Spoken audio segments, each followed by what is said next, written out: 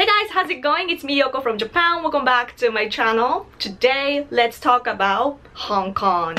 As you guys probably know from the news all around the world, the Chinese government announced the plans at the NPC, National People's Congress of China, that they will pass the national security law for Hong Kong. I don't know when you guys will be watching this, but it is expected to be approved tomorrow on Thursday, 20th of May 2020. In this video, I'd like to introduce how you can read the situation in Hong Kong right now, which is, I will give you the bad news first and then the good news. The bad news is something that I have been sharing with you on Twitter. If you're not following me on Twitter, follow me at Random Yoko. As you guys know, China is escalating their expansionism right now, like more than ever.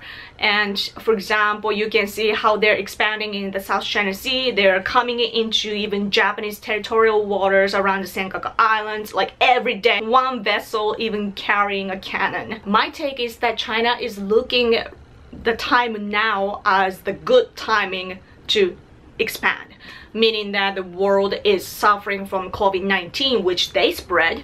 It's better chance for them not to be interfered on what they're doing, right? I know what the Chinese Communist Party is trying to do is to build an evil empire based on their evil desire. And at the same time though, they are in a hurry, in my opinion. First, the Legislative Council election in Hong Kong is coming in September. They want to do whatever it takes to control Hong Kong before that, right? And the second thing is that China's 100-year mark, like 100-year anniversary, is coming in 2049. Again, by that time, they need to hurry. They have a long to-do list by then, so they're in a hurry like that. So what I'm trying to say is that we are focusing on Hong Kong right now, but it's only just a branch of the Chinese expansionism in the world. Belt and Road Initiative is not really working out, but we have that side of problems as well. But as for Hong Kong, here's what I learned about China. Even though the world is aggressively, it's like historical, right? The free world is coming together, uniting, and we are aggressively criticizing China's behavior. However, the Chinese Communist Party doesn't care at all. They're even getting worse, even more out of control right now. And what that reminds me is the attitude of Russia when they openly took over Crimea. Their side of the world do those things openly regardless of the accusation of the free world.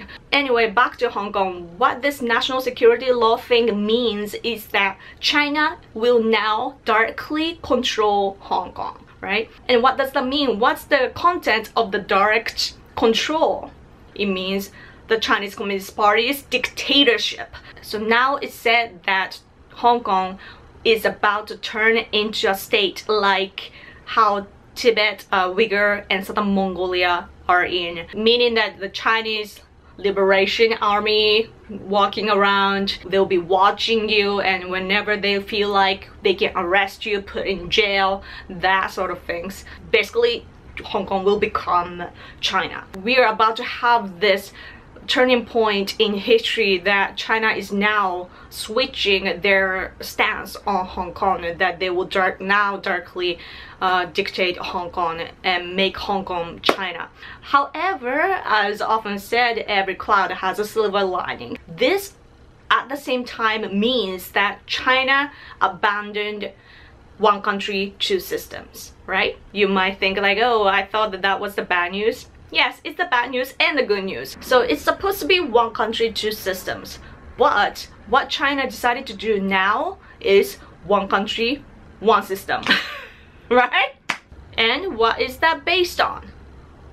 Nothing. It's just one-sidedly China decided, ignoring the joint statement with the UK, Sino-British Joint Declaration. And that was the foundation of one country, two systems, obviously, and they're abandoning that by themselves. So now what that can mean is that Hong Kong people don't have to be bound by that. Where do Hong Kongers stand? Where does Hong Kong stand today? That is a question we should be asking in the world right now. Like China makes excuses, you know, oh, we wanted to do one country, two systems, but radical Hong Kongers are protesting like this and that and blah blah blah. How does that validate what China is doing right now? Like they're trying to be logical, but it's not logical. There's no rationale for China to have one country, one system onto Hong Kong. They don't have any right or whatsoever to dictate Hong Kong. That's their groundless colonization, and that's something that the free world must resist. With that being said, do you know what we as the free world must think of? Hong Kong independence. Politically speaking, nothing is binding Hong Kong right now, as I said. So I would say that the state that Hong Kong is in right now is pretty gray. It's not black and white, it's so gray. And what's clear on the other hand is of course China's stance on Hong Kong to dictate Hong Kong. And what do we do as a free world? We must decide to achieve Hong Kong independence. And now, if I say this, people will start saying like, oh Yoko, that's not realistic. How do you think Hong Kongers can fight militarily and blah blah blah blah blah. I'm not stupid, okay? I know the limitations and everything, but it doesn't have to be militarily. If you make a judgment on where you want to go by realistic or not, you cannot achieve anything. Don't you think? Was it realistic for America to get independent? Was it realistic for countries in Asia after World War II to get independent? What you want to achieve is something that you decide. Your fate is something that you decide. And what I'm trying to say is that don't let the Chinese Communist Party decide your destiny. Why do you have to become so passive? That's the disease in the world, that we are taught to feel so powerless. That angers me. That you are stronger than you think. You are taught that you are powerless so that you can listen to the leaders of your country. But the world is shifting right now. Don't let the Chinese Communist Party decide the destiny of your country, of your people. Why do you have to adjust yourself for them? We must make sure that Hong Kongers decide what they want.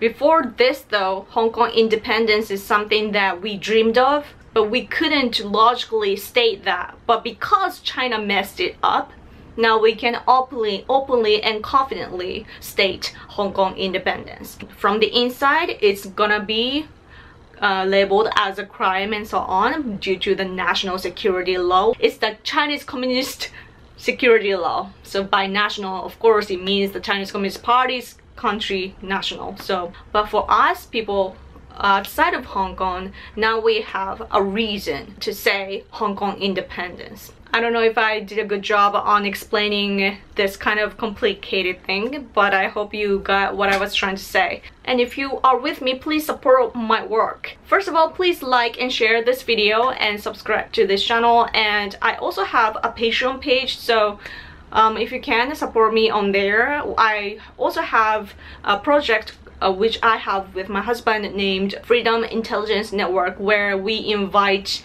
freedom fighters as guests. It's a great interview series, and we have the Patreon of that as well, so if you can, please support us there. And if you want to share thoughts and information with me, follow me on Twitter. I reply the most on Twitter, so I'm also available on other social media platforms, including Facebook, Instagram, and so on. Instagram is not politics, but. And lastly, I have an Etsy store where I sell my abstract art, so if you want something in return, that might be a good thing. And please stand with Hong Kong and let's unite as the free world. So now I think I can go now. So thank you guys so much for watching. I'll talk to you soon. Bye.